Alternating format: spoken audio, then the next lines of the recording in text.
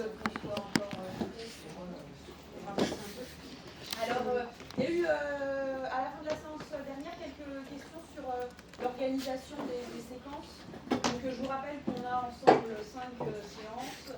Aujourd'hui, c'est la 3e séance, puisqu'on a 15 heures à passer ensemble, donc on va 15. Le fonctionnement du séminaire, c'est des séances thématiques, des séquences thématiques. Donc, il n'y a pas de plan continu. Ce que je peux faire à la limite, c'est de vous envoyer le plan de la première séquence sur la compétence, qui est la séquence la plus longue. Voilà, il y a des documents à prendre avec des références. Mais bon, ça, c'est aussi des choses que vous pouvez prendre en note, je pense, vous dites quels sont les besoins. Il n'y a pas forcément de plan pour toutes les séances d'ailleurs. On est vraiment sur un modèle de séminaire thématique avec une unité. Normalement, c'est une séquence égale 3 heures. On a la compétence, ça nous occupe un peu plus longtemps. Mais on est sur un modèle thématique. Qu'est-ce qu'il y a comme question? Oui, les 4 thèmes que l'on va voir ensemble, puisque la compétence, ça nous a occupé 2 séances, du coup, ça fait 4 thèmes en tout. La compétence, on l'a fait, la langue, la sévérité et la confidentialité. Et si reste du temps, on verra la question de la loyauté, mais c'est pas sûr qu'on puisse voir.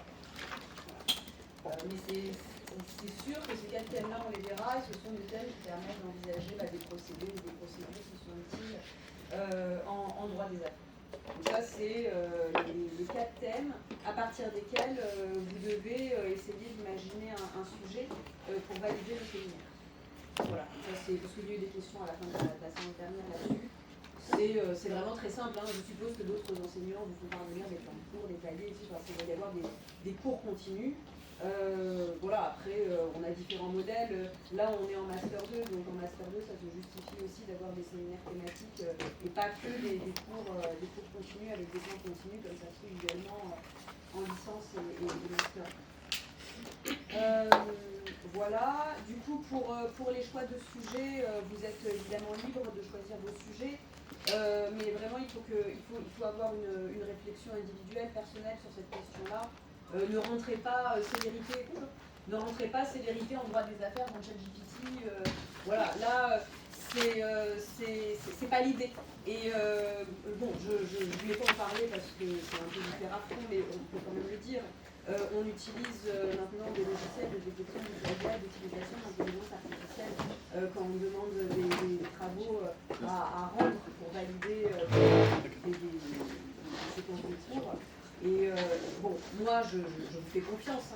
Les étudiants de Master 2, normalement il y a la maturité pour savoir que c'est votre intérêt de vous saisir de cette opportunité-là. Je pense que c'est plus intéressant pour vous d'avoir un exercice à préparer sur un thème qui vous intéresse, que vous pouvez éventuellement valoriser dans le cadre de votre stage, de votre alternance, ou par la suite, c'est quelque chose que vous pouvez éventuellement mettre en avant si vous cherchez à intégrer un cabinet spécialisé dans quel domaine, d'avoir déjà fait un petit travail de recherche sur le domaine en question. Donc s'il vous plaît, voilà, ne rentrez pas célérité en droit des affaires dans ChatGPT ou confidentialité en droit des affaires dans ChatGPT. Je pense que vous avez toutes les ressources pour trouver individuellement des sujets intéressants. Et si jamais certains bloquent un peu sur le choix des sujets, moi je suis vraiment à votre disposition pour vous en proposer. Et après, sur les travaux, oui, on utilise des logiciels de détection du plagiat et l'utilisation de l'intelligence artificielle. Donc, si j'ai des doutes, voilà, pour m'assurer que tout ça est fait dans les règles de l'art. Mais vraiment, moi, je vous fais toute confiance, et bon, je me permets quand même de le dire pour qu'on soit tous raccords. Ça arrive très rarement, mais ça a pu arriver. Moi, par le passé, je faisais des oraux pour valider le séminaire, pour tout vous dire. Et puis, en fait, comme on ne peut pas avoir l'aide de personnes de l'administration, on était sur un système où les étudiants préparaient dans une salle. Et puis, bon, voilà, après, il peut y avoir des situations malheureusement de fraude. Donc c'est quand même déplaisant d'arriver jusqu'en Master 2 et puis de risquer une procédure de fraude pour quelque chose d'aussi simple que valider un séminaire de quelques heures. Donc voilà, faites ça vraiment en toute honnêteté. Je me permets cette précision parce que voilà, peut y avoir aussi des effets pervers à certaines bonnes intentions, comme celle de proposer un travail à faire. Et qu'est-ce qu'il y avait d'autre comme question Oui, après les différents exercices, alors j'ai regardé, vous êtes 39. Du coup, ça se présente de manière un petit peu différente par rapport à l'an dernier. Là, j'ai compté qu'on a déjà 14 personnes qui ont fait ou qui vont faire des présentations ou des exercices. Donc, il y en a eu 4 la semaine dernière sur la jurisprudence sur les clauses attributives de juridiction bilatérale, enfin lundi. 4 aujourd'hui sur les clauses attributives de juridiction encore. Et 6 personnes se sont proposées pour faire une présentation sur les forces et faiblesses des protocoles CCI en matière d'usage des langues. Donc ça, ce sera le 15 décembre. Ce qui fait que, alors moi j'ai 3 autres exercices à vous proposer qui sont des exercices à faire en séance. Et je pense pas qu'on puisse tellement aller au-delà.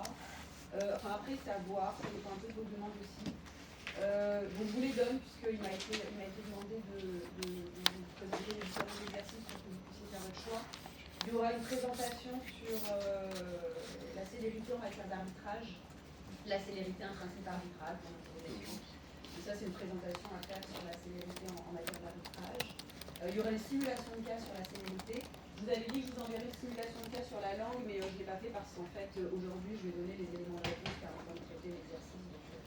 Ça a moins d'intérêt. Il y aura une simulation de cas sur la célérité, donc avec des arguments de en défense, et une présentation à faire sur des arrêts au choix. Donc là aussi c'est à votre choix, sur le principe de confidentialité.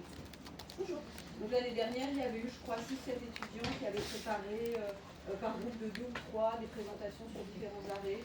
Par exemple, la confidentialité des avocats ou la confidentialité dans certaines procédures. Donc ça, c'est 3 exercices à l'oral que je peux vous proposer. Et si vous êtes, par exemple, 6 sur chaque exercice, ça peut en faire 10 personnes qui peuvent passer. On peut avoir des exercices supplémentaires. Et on peut aussi avoir, si certains souhaitent, des exercices à faire à l'écrit. Donc je peux préparer un sujet de cas pratique, vraiment un vrai cas pratique à faire à l'écrit, pour les personnes qui ne voudraient pas ou ne pourraient pas passer à l'oral. Je ne sais pas si ça correspond à une demande de votre part. Si vous voulez tous passer à l'oral, on fera 1 ou 2 exercices supplémentaires. Et si ça vous va de rester sur ces 3 exercices-là en séance, qui permet de conserver quand même un équilibre entre exercice et cours, et bien pour les personnes qui seraient intéressées, je peux proposer un cas pratique. Est-ce que certains, a priori, seraient intéressés pour faire un cas pratique à la maison? 1, 2, 3. Ok, d'accord. Tous les 3, je peux vous proposer un cas pratique. Vous me donnerez vos noms à la pause. Et puis, du coup, pour les autres, on va voir comment ça se répartit. Peut-être là, je vous ai donné les sujets, donc vous pouvez commencer à y réfléchir entre vous. Si vous êtes suffisamment nombreux à vous répartir sur ces 3 sujets-là, c'est bon. Sinon, j'en donnerai un supplémentaire.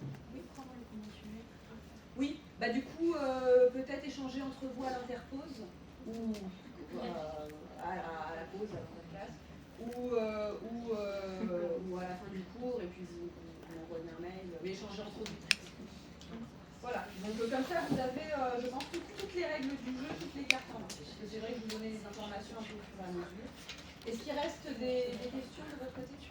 D'accord qu'il y a 3 et 2, c'est simulation de cas sur la célérité, présentation et présentation sur la célérité. Oui, c'est ça. Une présentation sur la célérité, un principe arbitral. Une simulation de cas sur la célérité, donc la simulation de cas, je vous l'enverrai, et une présentation de jurisprudence ou d'arrêt sur le principe de confidentialité. Et là, ce sera à vous de choisir les arrêts. Donc il y a encore là un travail de choix, de sélection des jurisprudences pertinentes et de présentation des jurisprudences. Voilà, alors on va repartir sur notre séquence sur la langue. Donc c'était le deuxième thème de ce séminaire de procédure d'affaires après la compétence. Lundi, on a donné quelques éléments d'introduction. La langue du procès en France, c'est le français. En application de l'ordonnance de Villers-Cotterêts, en application de la Constitution aussi.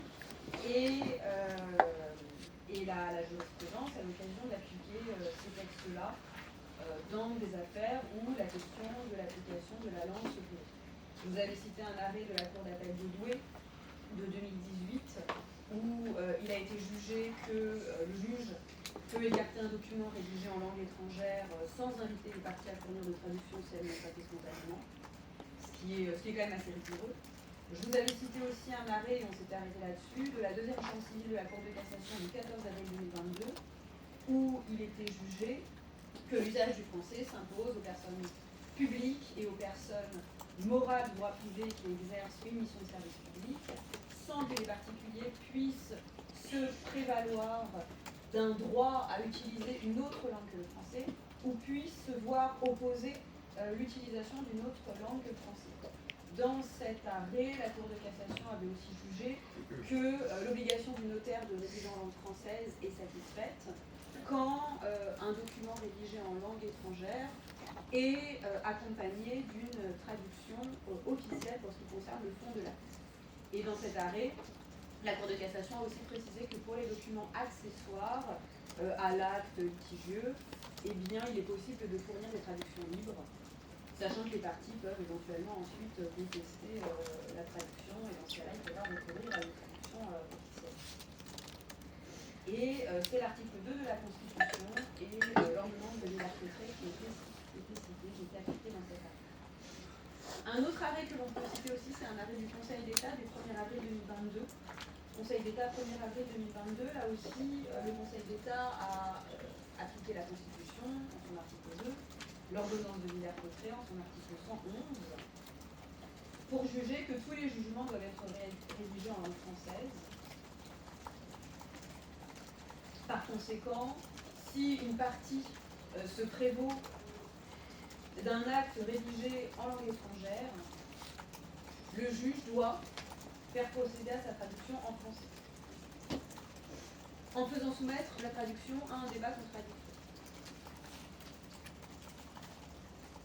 Et dans cet arrêt, le Conseil d'État a aussi précisé que le seul fait qu'une décision juridictionnelle comporte la citation d'un texte en langue étrangère ne l'entache pas d'irrégularité à partir du moment où la citation est assortie d'une traduction. Donc en fait, on voit déjà se mettre en place un peu toute la dialectique jurisprudentielle sur la question de la langue devant les juridictions françaises. Le principe, c'est que la langue du procès, la langue des débats, la langue des actes de procédure, c'est le français. En même temps, il peut arriver qu'on ait dans la cause des actes ou des textes rédigés en langue étrangère, ou évidemment des parties qui ne parlent pas français. Et donc dans ce cas-là, il faut passer par le médium de la traduction. La traduction qui est idéalement une traduction officielle, et c'est ce que juge la Cour de cassation dans l'arrêt 2022, s'agissant du fond de l'acte rédigé par un notaire en langue étrangère. Mais là, la Cour de cassation opère une distinction entre l'acte lui-même et les éléments accessoires à l'acte, qui eux peuvent faire l'objet d'une traduction libre. Sachant que la traduction elle-même, le document traduit, doit être soumis à un débat contradictoire et peut éventuellement faire l'objet d'une contestation s'il y a contestation sur la teneur de la traduction. Oui. Excuse-moi, il y a débat même si la traduction est officielle? Non, si la traduction est officielle, normalement elle fait foi. Enfin, l'acte est considéré comme faisant preuve de ce qu'il est dit. En revanche, quand la traduction est libre, oui, là il peut y avoir contestation. Et en tout cas, dans sa décision, le Conseil d'État met en relation la question de l'utilisation d'une langue étrangère, la question de la traduction et la question du contradictoire. Parce que si on monte un petit peu en généralité, c'est de cela qu'il est question avec la langue. La langue, c'est un enjeu dans le procès, et en particulier dans les procès d'affaires, à différents égards du point de vue de la protection des droits fondamentaux. La question du contradictoire est importante. Vous savez que le contradictoire, c'est le droit de savoir et de discuter. C'est comme ça qu'on synthétise très brièvement le principe du contradictoire. Depuis la thèse de Marianne Crison-Roche consacrée à ce principe, le contradictoire, c'est le droit de savoir et de discuter, c'est-à-dire que chacun doit être en mesure de connaître, évidemment, le procès qui lui est fait, les arguments de la partie adverse, et puis chacun doit pouvoir être mis en mesure aussi de les discuter. Or, on n'est pas forcément en mesure de discuter les arguments ou les éléments de preuve de la partie adverse quand on ne les comprend pas parce qu'ils ne sont pas formulés dans sa propre langue. Donc évidemment, il y a un enjeu du point de vue de la question du contradictoire avec la langue du procès. Si toutes les parties ont une langue commune, voilà, le contradictoire est respecté, en tout cas du point de vue de l'utilisation de la langue. Mais si on a une langue qui n'est pas maîtrisée par les parties, par l'une d'elles, ou des actes en langue étrangère qui ne sont pas traduits ou dont la traduction fait débat, alors là, il peut y avoir évidemment discussion sur la protection du contradictoire, voire de l'action du contradictoire. Un autre principe du procès équitable qui peut être aussi atteint, c'est l'égalité des armes.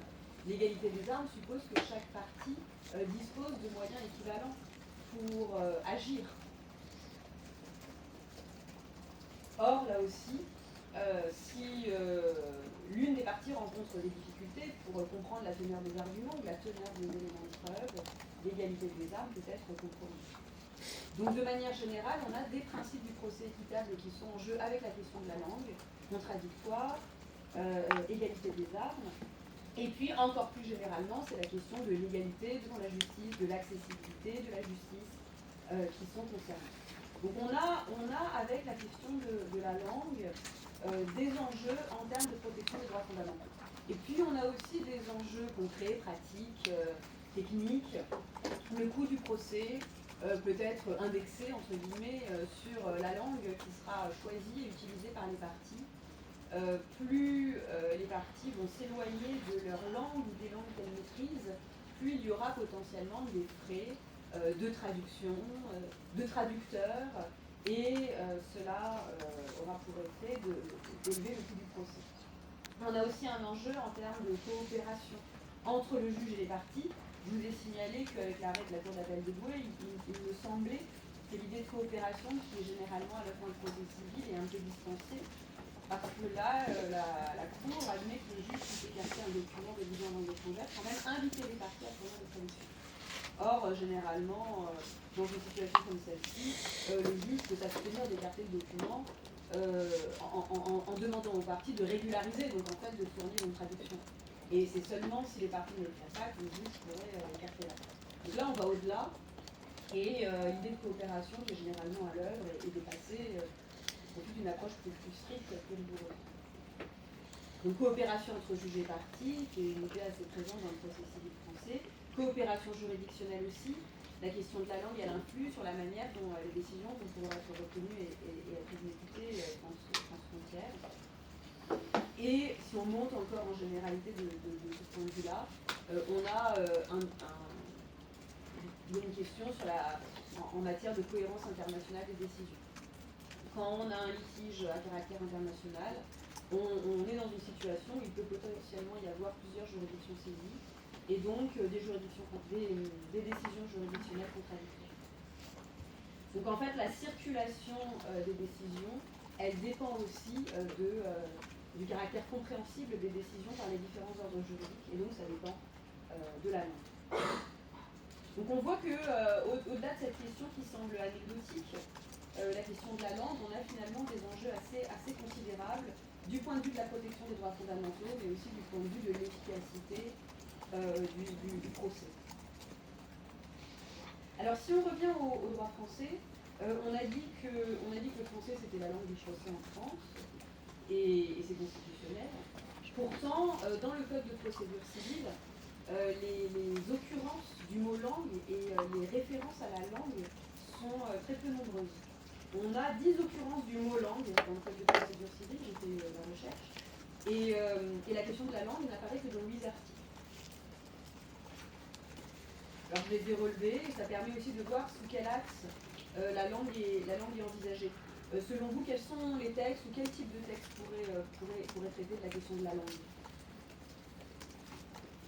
Qu'est-ce qu'on pourrait imaginer? Même si vous n'avez pas en tête le code de procédure civile, évidemment,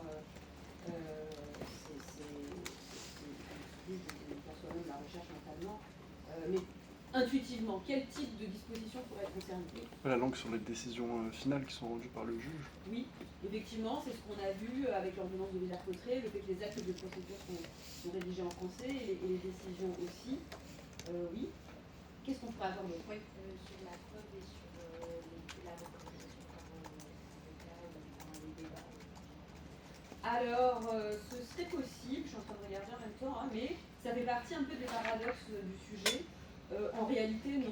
En réalité, dans les débats, enfin, on n'a pas de référence à la langue dans les dispositions sur la preuve ou les débats. En fait, la question de la langue, elle est envisagée de manière extrêmement technique dans le code de procédure civile, et donc on a un décalage entre les grands enjeux dont cette question-là est porteuse, et puis les dispositions que le code de procédure civile lui consacre. Donc je suis d'accord avec vous, ce serait logique en fait d'avoir des dispositions sur la langue dans les parties consacrées à la preuve ou au débat. Mais en réalité, non, ce ne sont pas ces dispositions-là qui sont concernées. Alors on a deux textes dans dans les principes directeurs. Je pense que ça compte pas partie des principes directeurs.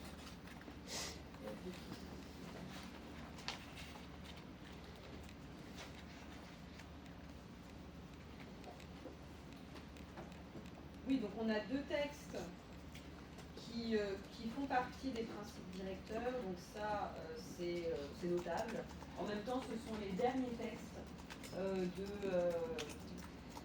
du chapitre consacré aux principes directeurs, puisque les principes directeurs c'est les articles 1 à 24, et on a les articles 23 et 23-1 qui évoquent la question de la langue. L'article 23, c'est un texte qui peut être étudié ou considéré sous l'angle des rapports entre le juge et les parties. Et effectivement, dans les principes directeurs, c'est un principe qui est énoncé au titre des débats. Donc c'est pas dans les dispositions, on va dire, détaillées sur les débats, mais c'est dans les principes directeurs, dans la section 9 consacrée au débat. On a l'article 23, donc, qui énonce que le juge n'est pas tenu de recourir à un interprète quand il connaît la langue des parties. Cela signifie qu'à contrario, le juge doit recourir à un interprète quand il ne connaît pas la langue des parties. Et ça, c'est un texte qui peut être interprété comme une expression du principe de coopération et aussi une forme d'économie procédurale.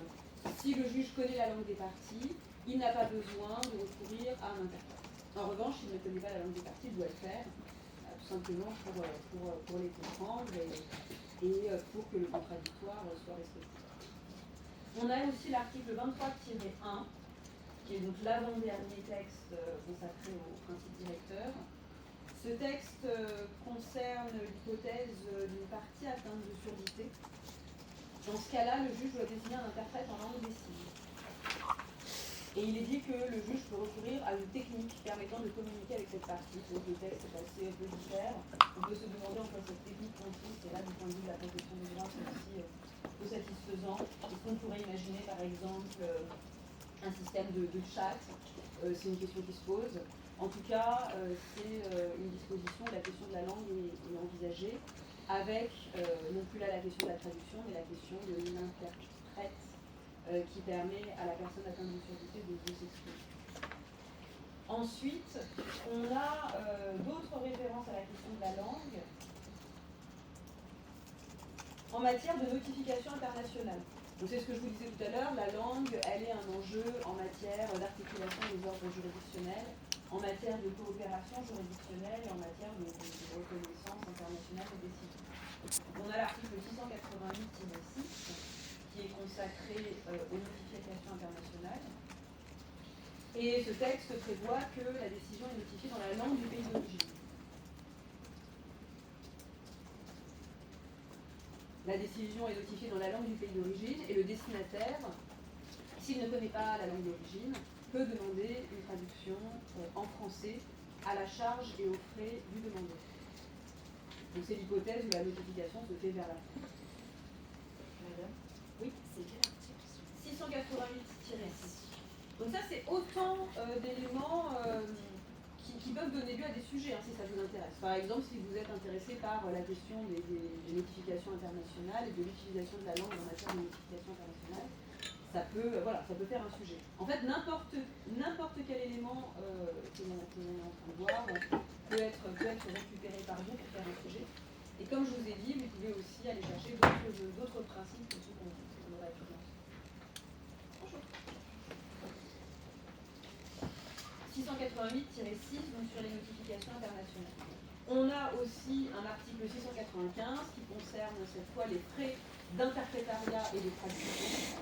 On a vu que sur la langue, c'est finalement via la traduction ou l'interprétariat que les problèmes vont se résoudre. Donc l'article 695 analyse les frais de traduction et d'interprétariat comme des dépenses. Qui a son utilité puisque vous le savez, les dépenses sont mises à la charge de la partie perdante, en principe. Donc s'il y a des frais de traduction, d'interprétariat dans une affaire, ces frais-là sont qualifiés de dépenses par l'article 695 et peuvent donc être mis à la charge de la partie perdante. Donc on voit des dispositions très techniques. Je ne vais pas forcément toutes vous les faire, mais au moins vous donner, les références. On a aussi un article 734-1 et un article 740 qui concerne cette fois l'hypothèse de la commission rogatoire. Là aussi, c'est la traduction qui est privilégiée concernant les décisions qui donnent commission rogatoire. 734-1, 740. On peut citer l'article 1146 qui concerne cette fois la procédure de divorce par consentement mutuel. Et c'est l'hypothèse de la convention de divorce et des annexes qui sont rédigées en langue étrangère et qui doivent encore une fois être accompagnées d'une traduction effectuée par un traducteur. La matière familiale, c'est à côté du droit des affaires une autre matière où la langue, la question de la langue se pose. Et puis les deux derniers textes où on trouve la référence à la langue dans le CPC, ce sont les articles 1515 et 1517 qui concernent cette fois-ci la reconnaissance et l'exécution des sentences dans l'arbitrage international. Si une sentence arbitrale est amenée à être reconnue ou exécutée en France et qu'elle n'est pas rédigée en français, la partie requérante doit fournir encore une fois une traduction. Et cette traduction, à la demande de la juridiction, peut être réalisée par un traducteur habilité.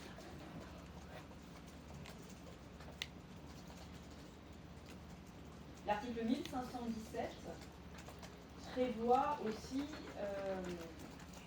que la sentence arbitrale traduite fasse l'objet d'un exéquatur si la sentence n'est pas rendue en français. C'est l'hypothèse particulière de l'exéquatur de la sentence non rédigée en français, avec traduction. Donc en fait, on voit le décalage entre les enjeux assez considérables que véhicule la question de la langue et puis les dispositions assez déjà peu nombreuses, techniques, que le Code de procédure civile recèle. L'ensemble est assez décevant. On a donc quelques dispositions dans les principes directeurs du procès concernant la coopération des parties et du juge, une disposition qui relaie un souci d'accessibilité pour les personnes atteintes de surdité, et puis ensuite des dispositions très techniques sur la qualification des frais d'interprétariat et de traduction comme dépend, les notifications internationales, les commissions rogatoires, la traduction de la convention de divorce dans le divorce par consentement mutuel, et puis la reconnaissance et l'exécution des sentences arbitrales qui ne seraient pas rédigées en français. Donc on voit le décalage qui existe, et puis on comprend aussi, en considérant le peu de dispositions que le Code de procédure civile consacre à la question de la langue et à l'utilisation de la langue française, que la place de la langue française dans le procès, en particulier en droit des affaires, même si elle est portée haut par la Constitution, par l'ordonnance de Villers-Cotterêts, par le décret du 2 Paris-Dor en 2 qu'on a également cité, elle peut être amenée à être relativisée. Et on a un auteur qui parle de l'abrogation clandestine de l'ordonnance de Villers-Cotterêts, en soulignant que dans certains contentieux, et notamment dans certains contentieux économiques, financiers, le français n'est plus véritablement la langue du procès, mais c'est plutôt l'anglais. Et on retrouvera la question de la traduction à l'œuvre dans ce type de situation. L'abrogation clandestine de l'ordonnance de Villers-Cotterêts, c'est un article paru à la Gazette du Palais en 2001. Et l'auteur signale que dans certains contentieux, notamment devant l'ancienne commission des opérations de bourse, devenue l'autorité des marchés financiers, la langue de la procédure n'est plus vraiment le français, mais c'est plutôt l'anglais. Et on voit aussi que dans le code de procédure civile, à chaque fois que la question de la langue est envisagée, ou quasiment à chaque fois, c'est parce que il est justement dérogé à l'utilisation de la langue française, et il faut trouver un système pour permettre la compréhension de la décision ou des parties. On retrouve un décalage du même type, ou un décalage analogue. Ah oui, c'est bougé. Ah oui, c'est parce que comme je reste ici, on retrouve un décalage. Je pense pas. Ah ouais? C'est pas prévu pour les enseignants. Peut-être 30-20 minutes. Ok. On retrouve on retrouve un décalage du même type devant la Cour européenne des droits de l'homme. On a vu qu'on a des liens forts entre la question de la langue et la protection des droits fondamentaux, notamment le respect des contradictoires, le respect de l'égalité des armes. Et donc on aurait pu imaginer que la Cour européenne des droits de l'homme se saisisse pleinement de la question de la langue du procès, comme elle sait le faire pour d'autres sujets. On aurait pu imaginer ça, que la Cour européenne des droits de l'homme, qui potentialise le sens et la portée de l'article 6, paragraphe 1 de la Convention européenne des droits de l'homme, eh bien se saisisse de la question de la langue pour rendre une jurisprudence abondante, riche sur cet aspect-là, sous l'angle de la protection des droits fondamentaux. En réalité, ce n'est pas vraiment le cas. On a peu de jurisprudence sur le sujet, et là aussi, la jurisprudence montre une position assez frileuse de la Cour européenne des droits de l'homme. Déjà, on n'a pas de texte spécifique sur la langue dans la Convention européenne des droits de l'homme, et c'est la même chose dans le pacte international relatif aux droits civils et politiques. La question de la langue est mentionnée aux articles 5 et 6 de la Convention européenne des droits de l'homme, mais seulement en matière pénale. Donc on n'a pas de texte spécifique sur la langue. Or, la langue, c'est ce qui nous permet de nous exprimer, quelle que soit notre langue. Donc c'est évidemment une dimension importante de tout être, et c'est une dimension importante dans la protection des droits fondamentaux. On n'a pas de texte spécifique sur la langue, et on a la langue qui est mentionnée aux articles 5 et 6, mais simplement en matière pénale. Donc la question de la langue, elle est envisagée de manière assez restrictive finalement. On a des avis qui ont été rendus par la Cour européenne des droits de l'homme sur l'utilisation de la langue en matière civile. Et là, c'est ce que je vous ai dit, la Cour européenne des droits de l'homme est un petit peu frileuse, puisque c'est finalement l'idée de bonne administration de la justice qui domine. D'où une protection assez imparfaite. En fait, ce que semble considérer la Cour européenne des droits de l'homme, c'est qu'il ne faut pas imposer de charges excessives aux juridictions des États membres, et donc il faut maintenir une certaine souplesse qui est plutôt préjudiciable à la protection des droits en général. Quand on fait primer la bonne administration de la justice, c'est qu'on tolère un certain nombre de dérogations à la protection des droits. D'où une protection assez imparfaite. Globalement, ce que considère la CEDH, c'est que le justiciable doit pouvoir connaître et comprendre globalement le déroulement de la procédure. Le justiciable doit pouvoir globalement comprendre et connaître le déroulement de la procédure. Par conséquent, il n'y a pas de violation du contradictoire ou de l'égalité des armes si le justiciable est assisté d'un interprète ou d'un avocat qui connaît la langue du procès, même si lui, justiciable, ne la connaît pas. C'est ce que la CEDH a jugé dans un arrêt du 10 mars 1980.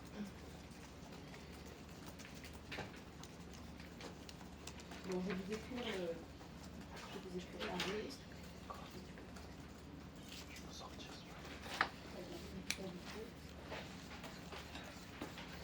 Alors, vous voyez l'UEDIC? Quoi? Belkacem. Svedek. C'est Svedek. Belkacem et Koch. T'arrives à lire? Hein? T'arrives à lire? Non, moi je lis Svedek ou Vedek, je sais pas. L'UEDIC, Belkacem et Koch. L'UEDIC. C'est un arrêt du 10 mars 1980.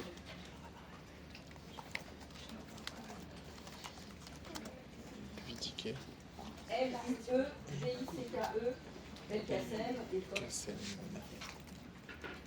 Donc le justiciable doit pouvoir comprendre globalement le déroulement de la procédure, ce qui fait que l'égalité des armes, le contradictoire sont respectés si le justiciable est assisté d'un interprète ou d'un avocat, c'est le cas dans l'affaire Ludic à l'époque, qui connaît la langue du procès, même si lui ne comprend pas cette langue. Donc en fait, on est dans une situation où le justiciable est un petit peu spectateur de son procès, on est en matière civile, et doit faire confiance ici à l'avocat qui connaît lui la langue du procès. Donc on voit comment ce type de situation peut contrarier les droits fondamentaux du procès. En même temps, quelle pourrait être la solution alternative?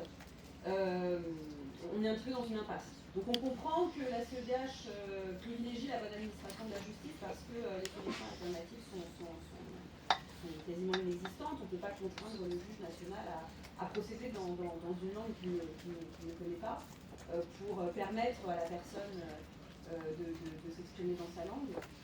Ça passe nécessairement par un tiers et la CEDH est satisfaite de ce système-là.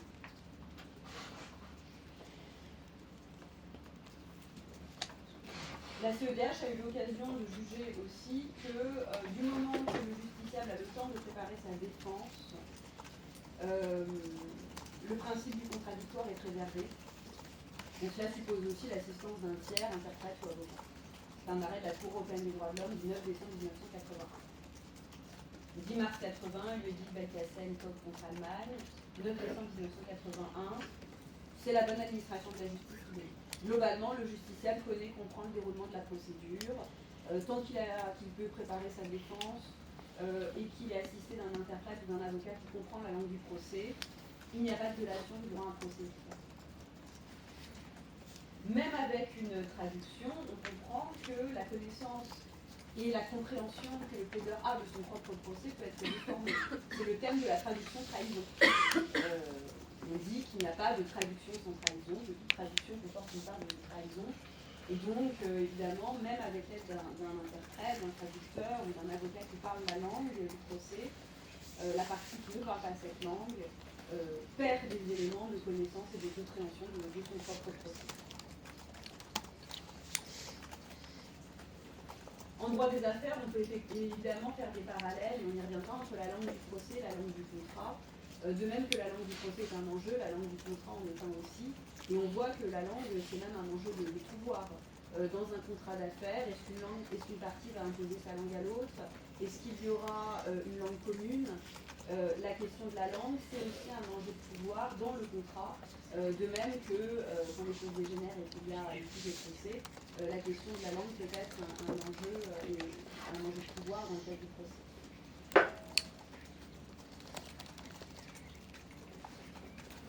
Par exemple, dans un arrêt de première chambre civile du 7 juin 2006, la Cour de cassation a jugé qu'une clause manquant de visibilité et écrite dans une langue étrangère inconnue de l'autre partie ne lui était pas opposable.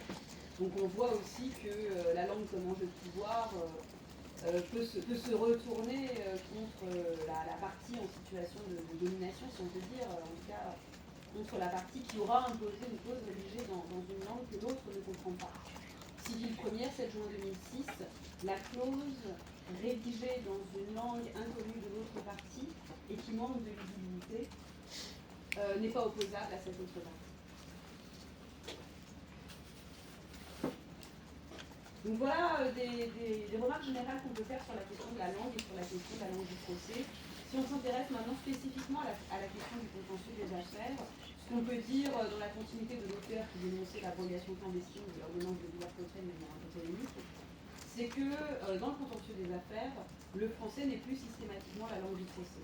Et cela correspond à la réalité du droit des affaires. On va prendre deux exemples, et ce sera illustré par les exercices. Les exercices sont là pour vous faire travailler ensemble, pour vous faire travailler en classe, et puis aussi pour compléter en fait les éléments théoriques ou abstraits que moi je vous donne. Donc on aura une illustration avec la présentation qui sera faite la prochaine fois sur les protocoles. Donc nous on va prendre deux exemples pour illustrer cette idée que le français n'est plus forcément la langue du procès en droit des affaires. Sans adopter d'ailleurs de discours polémiques ou extrêmement critiques sur le sujet. Moi, je vais vous proposer une approche qui est une approche assez pragmatique et réaliste. L'anglais, c'est la langue commune dans un monde globalisé et c'est évidemment une langue de référence en droit des affaires.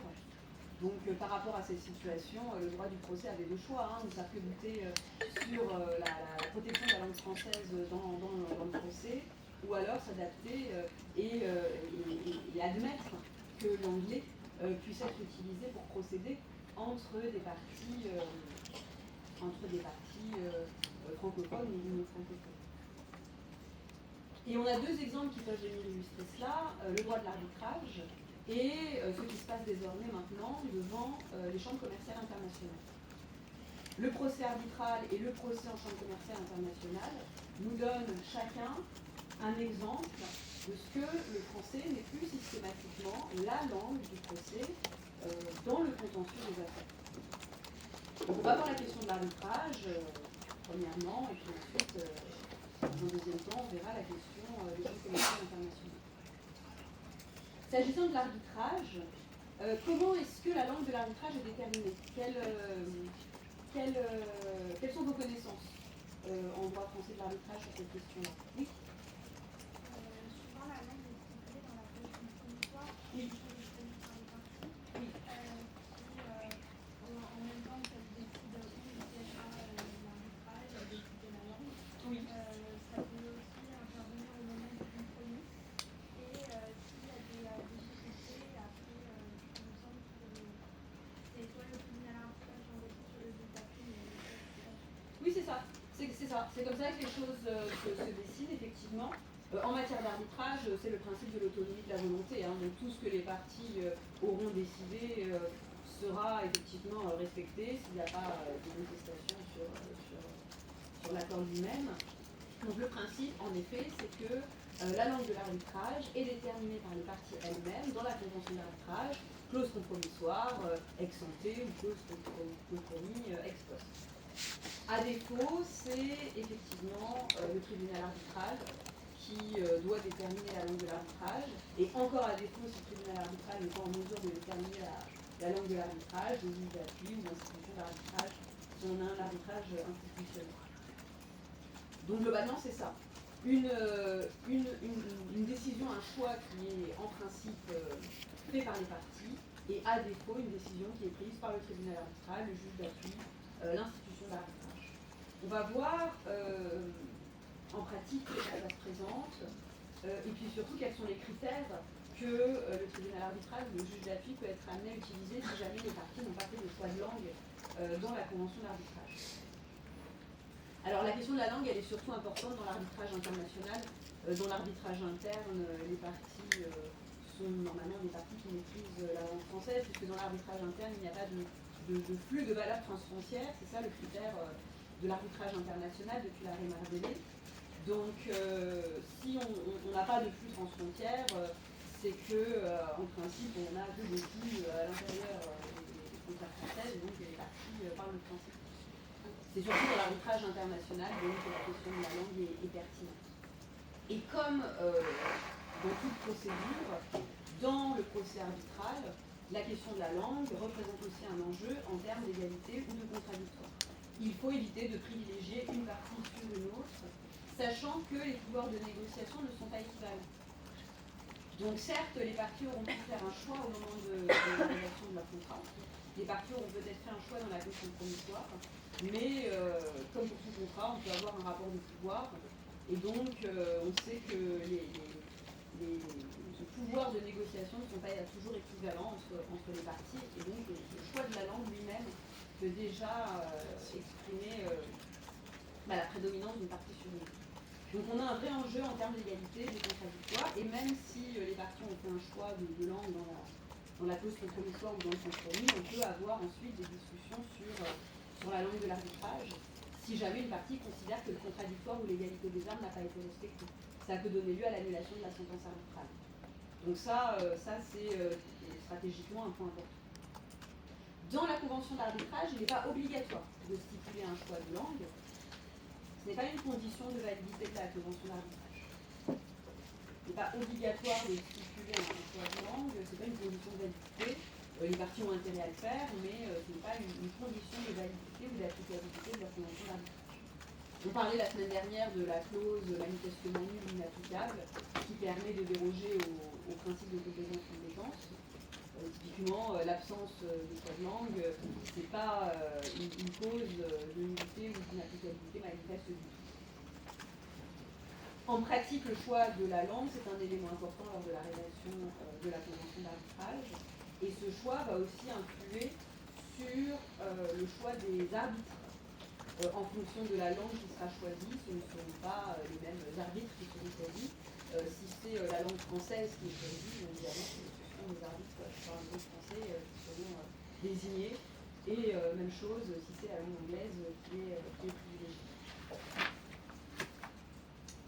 Ah oui, c'est vraiment très souvent. Bon, après, on arrive en avance. On peut se reporter à quelques règlements d'institutions d'arbitrage pour voir aussi comment ces institutions appréhendent la question de la langue. Par exemple, on peut citer une clause type de la CCI, la Chambre de commerce internationale, qui montre que là, on n'a pas de référence à la question de la langue. La clause type CCI, s'agissant de la question promissoire, est stipulée ainsi: tout différend découlant du présent contrat ou en relation avec celui-ci seront tranchés définitivement suivant le règlement d'arbitrage de la Chambre de commerce internationale par un ou plusieurs arbitres nommés conformément à ce règlement. Donc on voit qu'on n'a rien sur la langue. C'est vraiment laissé à la volonté des parties, et dans les règlements d'institution d'arbitrage, on a assez peu souvent d'obligations qui sont imposées aux parties concernant le choix de la langue. Par exemple, la clause type CCI ne prévoit rien sur la langue, et cette absence mérite d'être soulignée. On peut se demander si le choix des parties est encadré en matière d'arbitrage concernant la langue de l'arbitrage. Est-ce que les parties sont complètement libres dans leur choix, ou est-ce qu'il y a des contraintes qui pèsent sur eux, des contraintes qu'elles doivent respecter? Dans le CPC, on n'a rien. On a vu que le CPC dit peu de choses sur la question de la langue, et en matière d'arbitrage, la question de la langue est évoquée seulement pour la reconnaissance et l'exécution des décisions. Donc dans le CPC, on n'a rien.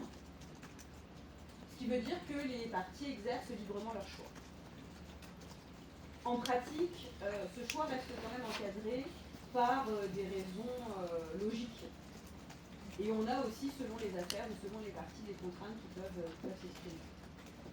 Par exemple, ça je sais pas, c'est quelque chose dont M. Thieu vous a parlé, il est rarement recommandé d'opter pour 2 langues dans l'arbitrage.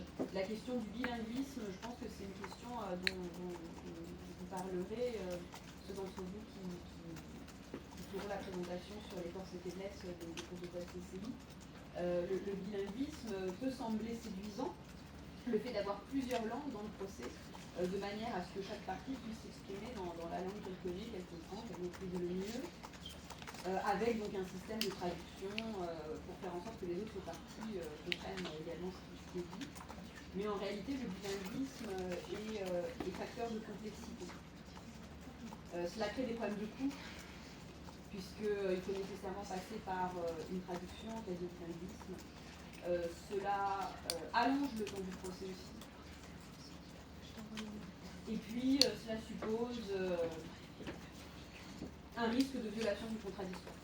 Parce que si les parties ne parlent pas la même langue, même s'il y a traduction et interprétation, une partie pourrait éventuellement, a posteriori, se prévaloir d'une violation du contradictoire, avec l'idée que le bilinguisme a créé une confusion dans les arguments échangés.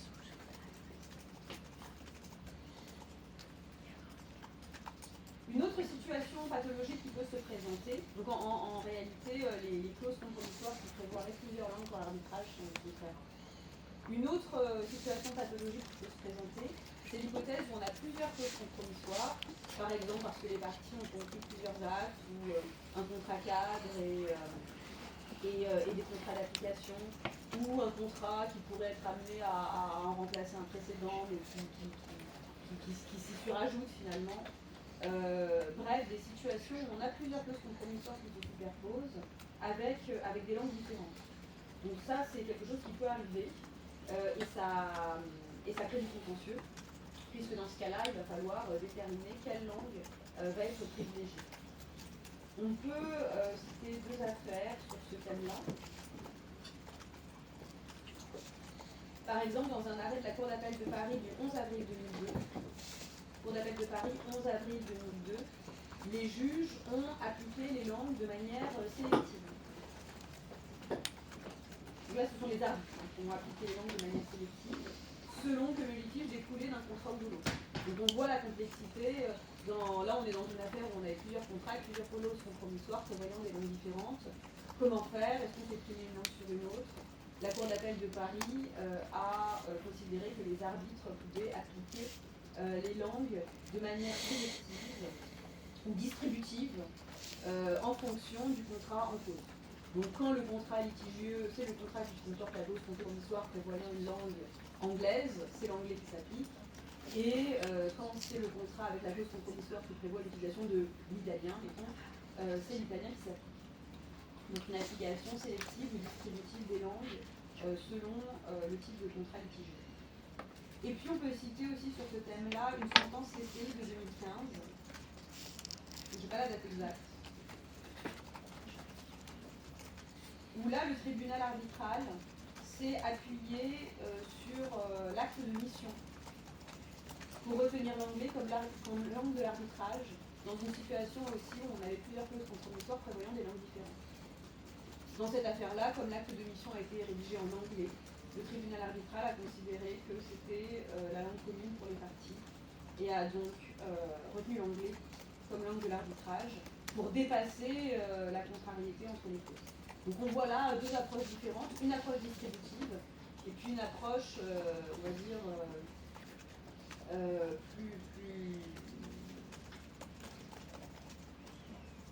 plus engagée, qui va faire primer une langue sur une autre en s'appuyant sur un acte de la procédure arbitraire. On a dit que les parties pouvaient choisir la langue soit dans la clause compromissoire, soit dans le compromis. Donc si les parties n'ont pas opté pour une langue dans la clause compromissoire, elles peuvent toujours le faire après la naissance du litige, par exemple dans l'acte de mission. Et c'est ce qui justifie aussi que le tribunal arbitral puisse précisément s'appuyer sur l'acte de mission pour déterminer la langue de l'arbitrage si cette langue est douteuse.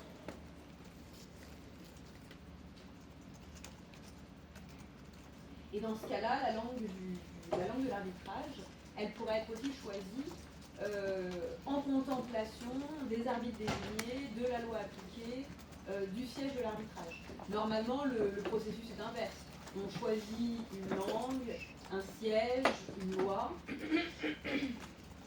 Mais on peut aussi imaginer que ce qui vienne en premier, ce soit le siège ou la loi.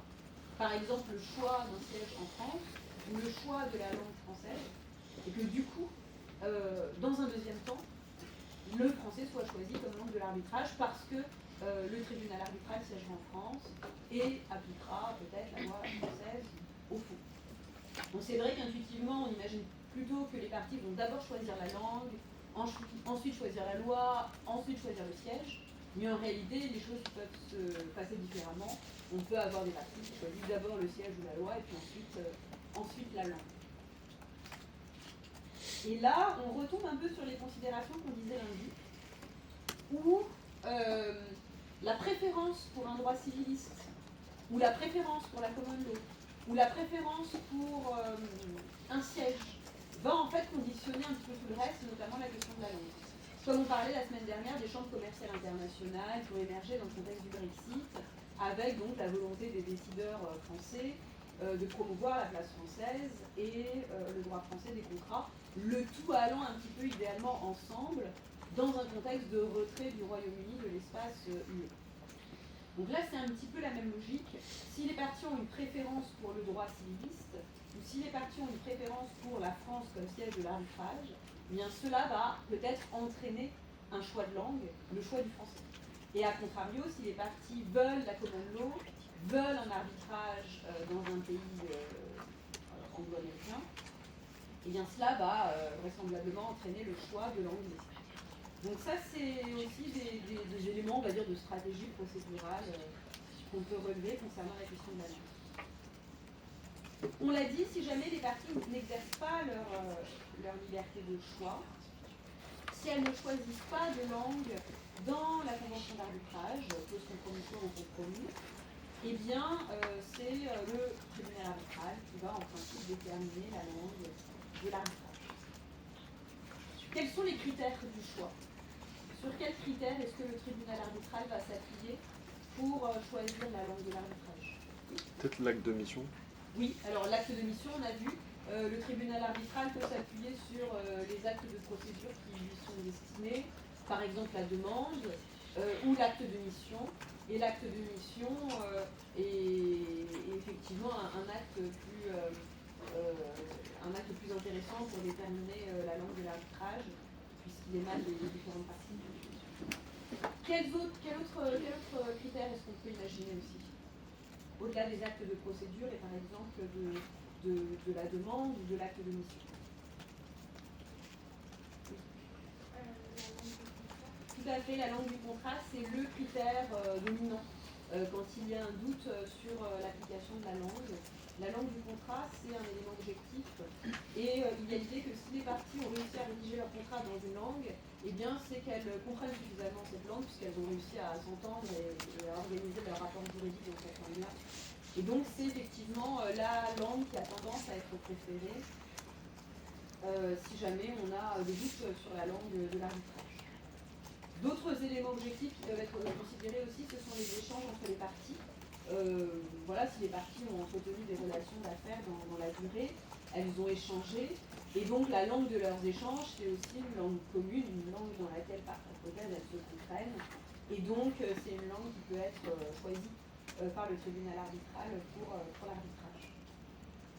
On peut aussi imaginer, et ça c'est dans la continuité des éléments que je vous disais il y a un instant, que ce soit la langue du siège de l'arbitrage qui soit choisie par le tribunal arbitral. Ça, c'est pour les éléments objectifs. La langue du contrat, la langue de certains actes de procédure dans l'acte de mission, la langue des échanges entre les parties ou la langue du siège de l'arbitrage. Ce sont des éléments objectifs qui permettent de déterminer que les parties peuvent effectivement avoir une préférence pour cette langue-là. Si elles ont échangé en anglais, si elles ont rédigé leur contrat en anglais, si l'arbitrage siège à Londres, eh bien il est vraisemblable que les parties au moins se comprennent en anglais. Des éléments plus subjectifs peuvent aussi être retenus. Par exemple, l'origine des parties, l'origine des différents acteurs du procès, les témoins, les experts par exemple, l'aisance des parties ou de leur conseil dans telle ou telle langue, ou les conséquences que le choix de la langue va avoir sur le choix des conseils et des arbitres. Évidemment, si on opte pour une langue qu'un arbitre ou un conseil ne maîtrise pas, cet arbitre ou ce conseil-là ne pourront pas participer au procès, soit comme arbitre, soit comme conseil. Donc ça, ce sont des éléments subjectifs qui peuvent aussi être considérés par le tribunal arbitral. Les conséquences d'une langue sur le choix d'un arbitre, d'un conseil, l'origine des parties, la maîtrise d'une langue par les témoins, les experts, l'aisance des parties dans telle ou telle langue. Donc là, ça va plutôt être un choix de compromis qui serait fait en fonction de ces différents éléments subjectifs. Souvent, c'est un faisceau d'indices qui va être mis en place, mis en œuvre pour déterminer le choix de la langue, pour déterminer la langue de l'arbitrage, même si on l'a dit, la langue du contrat, c'est un critère important.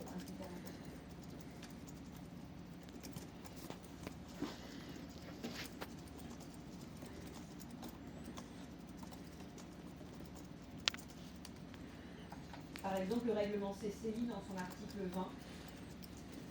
Le règlement CCI dans son article 20 prévoit que, à défaut d'accord entre les parties, le tribunal arbitral fixe la langue ou les langues de la procédure arbitrale en tenant compte de toutes les circonstances pertinentes, y compris la langue du contrat.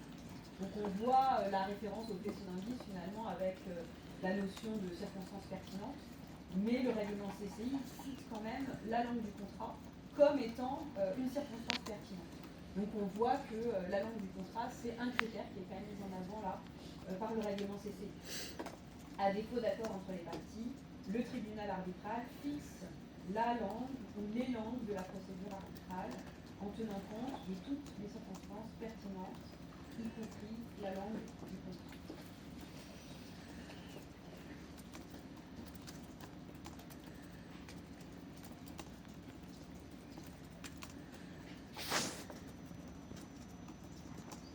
Que pensez de ce critère de la langue du contrat? Est-ce que vous pensez que c'est un critère pertinent, utile, ou est-ce que vous pensez que c'est un critère qui pose difficulté? C'est quoi? C'est simulation de...